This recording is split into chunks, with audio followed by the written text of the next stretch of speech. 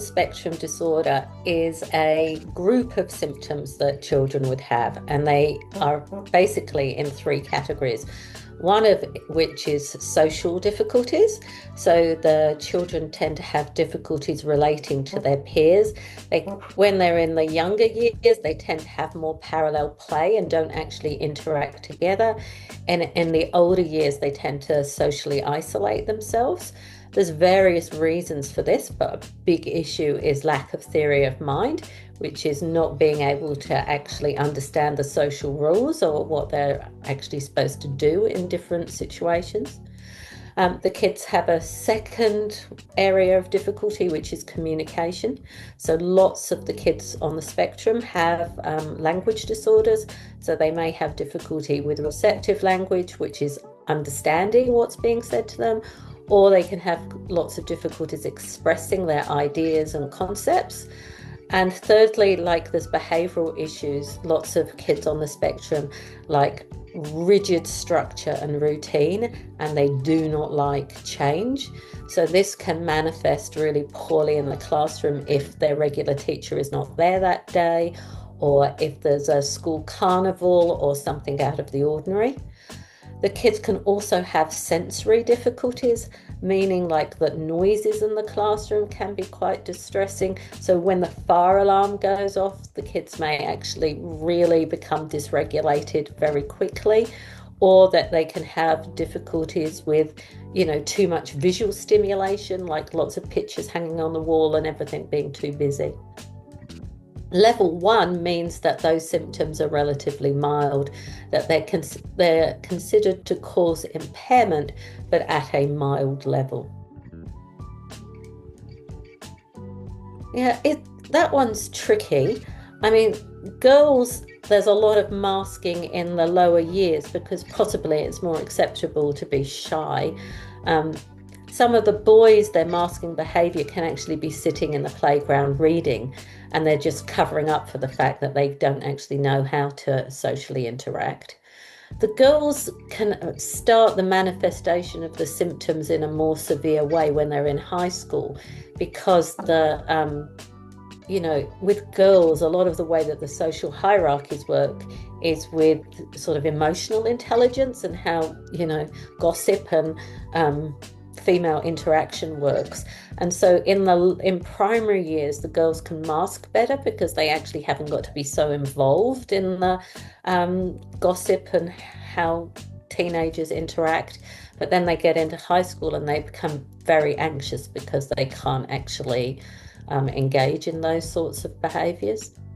Again, like if you look from an academic perspective, in the lower years of primary K1, 2, there's a lot of rote learning. And like that can cover up a lot of autism because they're actually able to learn quite well if it's just following basic rules. But once the language gets more sophisticated and higher level tasks are requested of people, then they can actually shut down and not be able to participate. For example, I had a teenager who couldn't do the HSC history because they couldn't imagine themselves as a soldier on the battlefield, right? Because it requires theory of mind.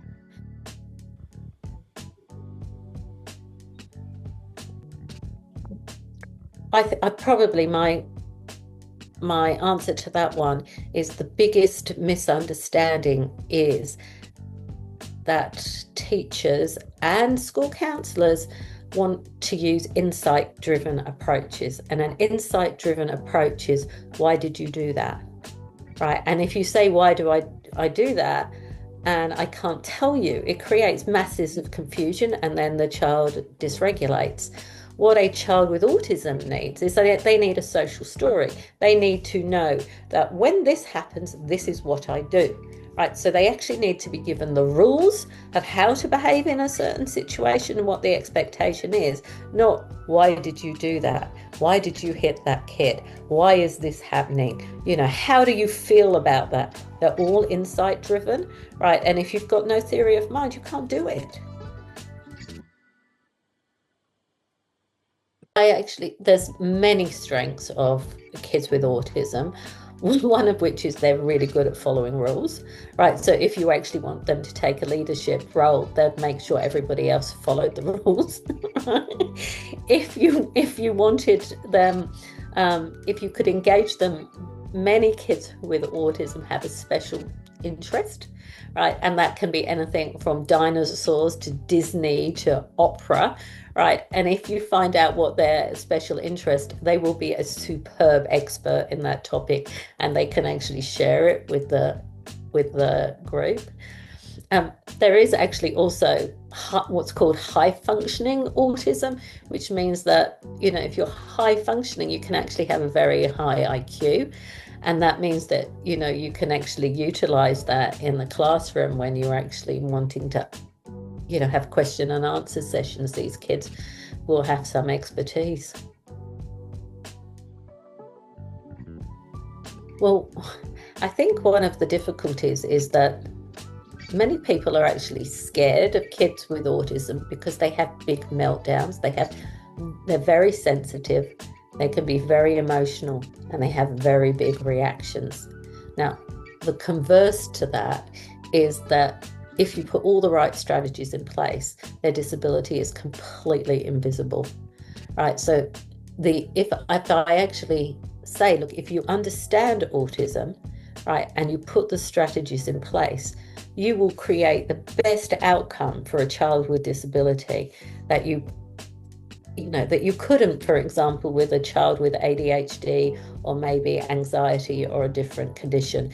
The wonderful thing about autism is that the children tend to follow the instructions that you give them. They take strategies on board, they'll follow the directions, but you just need to find the keys that help that child, which is usually a lot of structure, a lot of routine, using social stories, and making the classroom predictable.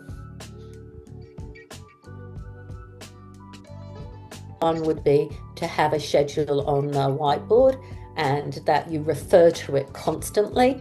This is what we're doing now.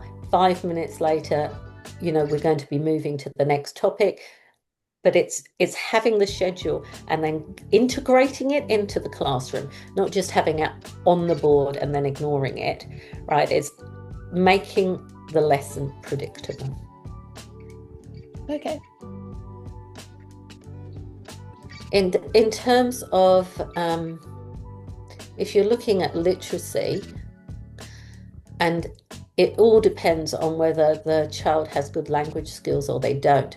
So I guess what would be really important is understanding whether they've got language disorders or not, because your expectations could be too high for the child and then they'll become incredibly distressed. So in terms of literacy is to make sure that you understand whether they actually do have language disorders. In terms of mathematics, again, it's not making assumptions. If a child has seen 1 + 1 written in a row, do not assume if you write 1 + 1 in a column that it actually looks exactly the same to that child and they would be able to generalize the skill. To write it in a column versus horizontal looks completely different, and you might as well have done a completely different sum. So you actually really need to be very specific in terms of instructions.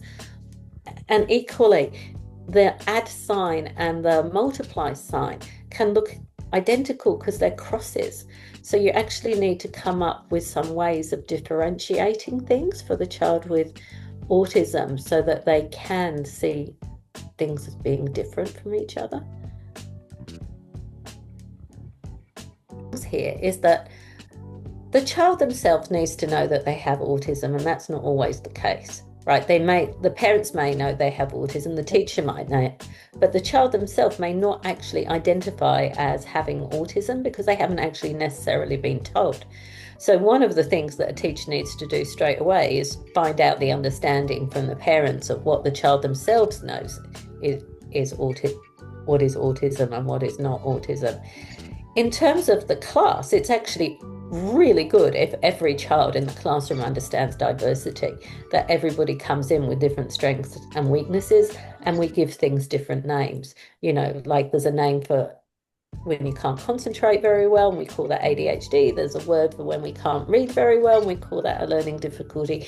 And there's a word for when we find it really difficult to cope with change, or, like finding it, having, like anxiety attack because they're not sitting in the same chair today, and we call that autism. Like, to be able to give things names gives people some sense of control. And then there's that degree of acceptance of we're all different, but we all bring different things to the classroom. So everybody has a place here. A child could actually have the same position in the class, the same chair constantly, that if they have to sit on the floor, that they know their spot and that spot is actually reserved for them. That if they need a rest break from the classroom because they're overwhelmed, that there is an attempt to accommodate rest breaks, and there's a place where the child can actually go and rest. That they may actually need like a teepee or somewhere, or a quiet space within the classroom that they can literally go and hide and have quiet time. That they may actually need to have reduced hours if they find the whole school environment overstimulating. That they can actually have the option of whether they attend school camps and excursions because they may be actually too overwhelming. That if there are changes in the classroom, that the parents are notified so that they can do social stories at home about the change. Right, that each year, as school years change, that the teacher is identified ahead of time, and that a social story is made about the new teacher so that the child can actually understand changes and what the new teacher might be like. So there's lots of things that actually can be done. Oh, and that they may need to wear headphones in highly stimulating environments like in the playground or assembly. The key to this is good communication, right? And communication books can work really well. Something that actually goes in the child's bag and then, is taken out by the child, because things like, not having slept well, not having eaten breakfast can actually cause huge emotional meltdowns for the child. So it's really important that the teacher knows if there's actually been some significant change which could have actually had an emotional impact on the child that day. And children on the autism spectrum do not always understand the same language can actually be complicated. So if I actually called this a glass and then I called it a cup, they don't necessarily think it's the same thing. Yeah. So that's if they have certain words for certain activities or things that they do, then it is incredibly important that the same language is used. The things that I always recommend is that you don't like that the supports are actually available for everybody. So if you want to put in noise cancelling headphones because you've got a child with autism, well, there should be 3 or 4 sets, and that any child who actually wants to reduce stimulation that day can use them. So it isn't a stigma just for the one child, that anybody can actually, because there's days that we all feel like stressed, and that's the same for children too. And that you make the accommodations readily available to those that actually may choose to take advantage of them.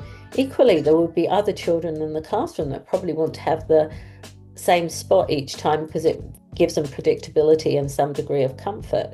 I think it's actually having a suite of accommodations and making sure that they are not just solely for the child with autism, that they're seen as socially acceptable to every child.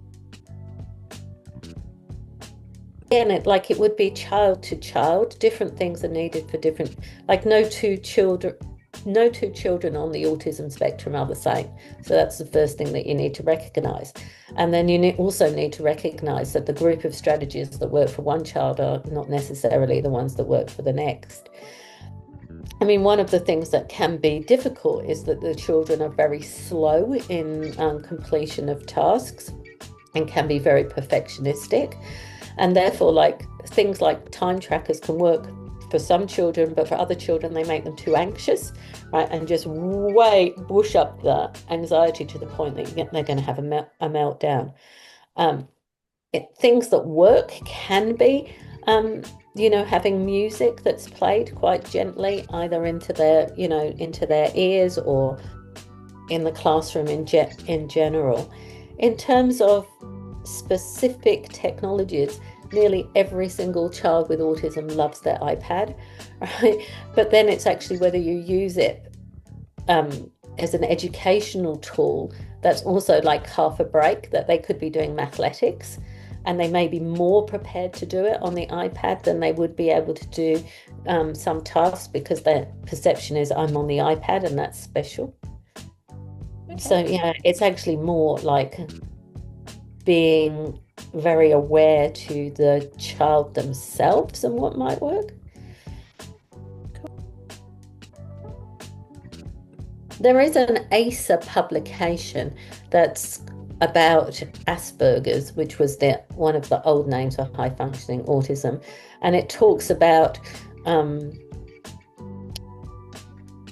operating systems like OS and Mac, and it talks about the very different ways that kids with autism learn, which is much more visually orientated and the rote learning. And it also talks about how to manage a meltdown, and that's a really good resource. I'd have to remember to social story, and all you have to put into Google is social stories, and it starts telling you how to write social stories. I think that's a very useful resource. Knowing how to write visual like plans, right, is actually a very helpful thing to be able to do. But all you'd have to do is Google their visual planners.